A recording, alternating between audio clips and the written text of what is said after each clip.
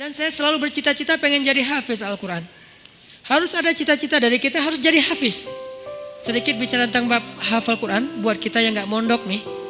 Kalau teman-teman pengen jadi hafiz, targetnya jangan setahun atau 6 bulan hafal. Itu jadi putus asa nanti.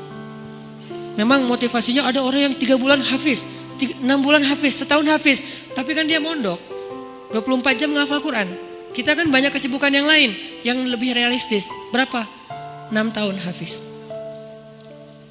Gimana cara 6 tahun hafiz? Sekarang rata-rata usia kita berapa? Sebutlah rata-rata 20 tahun ya. Ada yang 22, ada yang 19, rata-rata 20 tahun. Ustadz segitu juga? Ya kurang lebih lah. Rata-rata 20 tahun. Berarti 26 tahun itu cepat banget. Ya udah deh, jangan terlalu 6 tahun, 10 tahun. Kalau kita mau menghafal Quran 10 tahun hafiz, berarti sehari kita cuma perlu menghafal 2 baris. Sehari 2 baris. Dibagi 5 waktu sholat. 2 baris itu alif lam mim dzalikal kitabul la raiba fihi hudal lil muttaqin alladzina yu'minuna bil ghaib. Segitu. Enggak sampai 1 ayat kan? Nah, cara ngafalnya subuh alif lam mim, udah beres. Susahnya di mana coba? Subuh teman alif, zuhur dzalikal kitabul la raiba fihi. Asar hudal lil muttaqin. Maghrib alladzina yu'minun. Isya bil ghaib. Selesai. 1 hari 2 baris. Tapi butuh istiqomah, butuh dawam, konsisten. Kalau sehari 2 baris, maka 10 tahun. 10 tahun itu gak lama loh. Saya tuh di Bandung udah 13 tahun, gak kerasa. Seolah-olah baru kemarin saya datang dari Kairo ke Bandung, sekarang udah 13 tahun, gak kerasa gitu aja. Tiba-tiba udah 13 tahun, berarti kalau saya ngafal sehari 2 baris, sekarang udah 3 tahun yang lalu udah selesai tuh. Berarti semua kita bisa jadi hafiz sebetulnya kalau udah lancar tahsinnya. Sehingga kita meninggal berstatus hafiz. Bukan untuk pamer ke orang, bukan untuk taruh di Instagram bio, hafiz Al-Quran. Itu mah bebas lah, terserah niat ya. Saya kan gak mau menjudge kan, ada orang yang menaruh gitu supaya jadi syiar. Ada yang mungkin dia riak, kalau dia riak dia rugi. Kan ngafal Quran gak gampang, masa mau dihabisin dengan hanya taruh di bio, rugi banget tuh. Ini kenapa saya sedikit masukin ke bab hafiz. Saya berharap kalau ada yang dengar ceramah ini jadi termotivasi menghafal Quran, saya dapat pahala dari yang menghafal itu. Ternyata targetnya gampang, 2 baris sehari, 10 tahun khatam. 2 baris itu gampang banget. Alif, alhamdulillah. Zuhur, Rabbil alamin.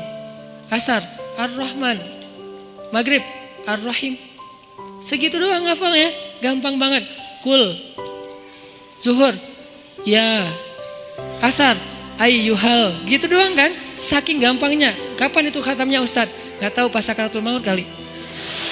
Saking pendek-pendeknya.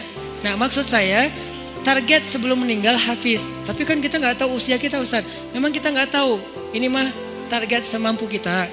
Kalau meninggal sebelum 10 tahun, yang penting kita udah punya niat. Siapa yang berniat baik dan tidak tercapai, maka dia dapat pahala kebaikan yang utuh. Siapa yang tercapai, dia dapat pahala 10 kali lipat. Kalau kita meninggalnya usia 40 tahun, usia 50 tahun, udah hafiz. Tahu gak kedudukan hafiz di akhirat nanti kayak gimana? Itu keren banget. Harus cemburu kita sama orang yang hafiz tuh.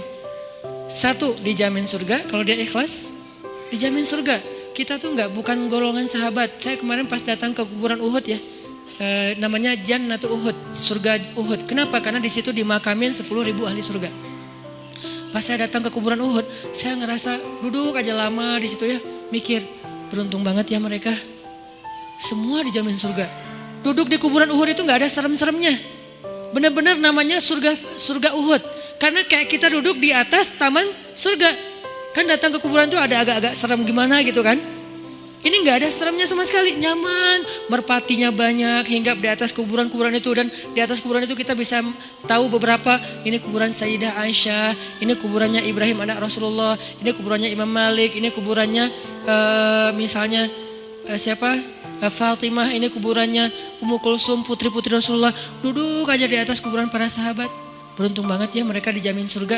Kita nggak dapat kesempatan itu karena nggak sezaman dengan Nabi. Tapi kita punya kesempatan lain. Gimana? Hafiz Al-Quran, dijamin surganya. Dengan syarat ikhlas dan tidak berbuat dosa besar. Dijamin surga. 1. Kedua, bisa bawa 10 orang selain mantan ke surga. Kasihan juga ya mantan ini ya. Makanya jangan jadi mantan. 10 orang. Siapa aja? Ayah, ibu, udah pasti tuh. Makanya saya pengen menghafal Quran biar kalau saya khatam, saya ngerasa di dunia tuh belum sempat berbakti sama ibu dan ayah saya. Keburu meninggal pas tsunami. Nanti saya pengen berbaktinya di akhirat. Berbakti di akhirat, hafal Quran.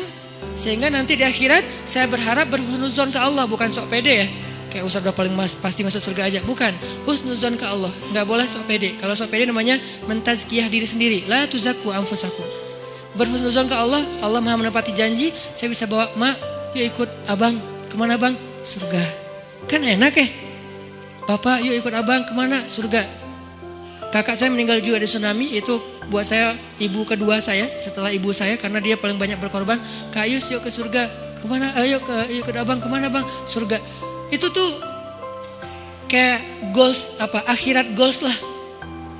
Kalau kita punya life goals, ini adalah akhirat goals. Buat siapa lagi? Istri. Buat siapa lagi? Anak. Kalau semuanya hafizoh, ya berarti lebih banyak lagi yang bisa kita bawa. Itu tuh keren banget.